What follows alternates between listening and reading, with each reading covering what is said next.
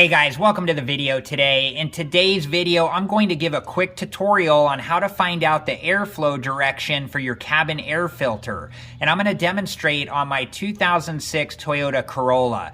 But before we begin, the first thing you want to check is in your owner's manual. There's a possibility that it gives you this information in your owner's manual, and that's going to be the best way to find out the airflow direction for your cabin air filter.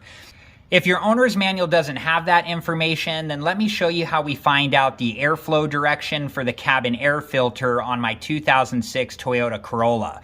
So the first thing we need to do is take off the cover where the cabin air filter is, and you want to make sure that you pay close attention to which direction you take out the cabin air filter. This will be important in determining which direction the airflow is through the cabin air filter.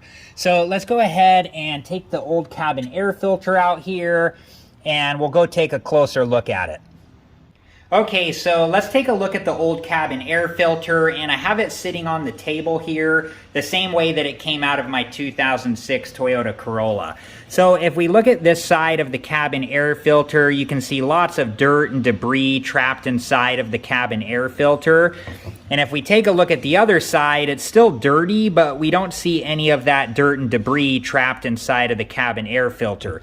So we would know that the airflow direction through the cabin air filter is from this side here and then comes out the other side. So we would know the airflow direction for our vehicle even if we didn't have the old cabin air filter installed correctly.